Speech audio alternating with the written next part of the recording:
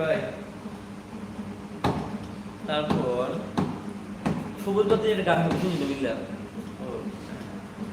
একটা সময় একটা সময় তোরে আমার সবই ভাবিতাম, তোর মন পিঞ্জরায় যতন করে একলায়া রাখতাম, এক হাসি মুখে ছবি দেইতা দুঃখ বসাইতাম, তুই কানলে পরে কেমন করে হারাইয়া যাইতাম, ওর মনের খাঁচায় যতন কইরা দিলাম তোরে ঠাই, এখন তোর মনেতে আমার জন্য কোনো জায়গা নাই,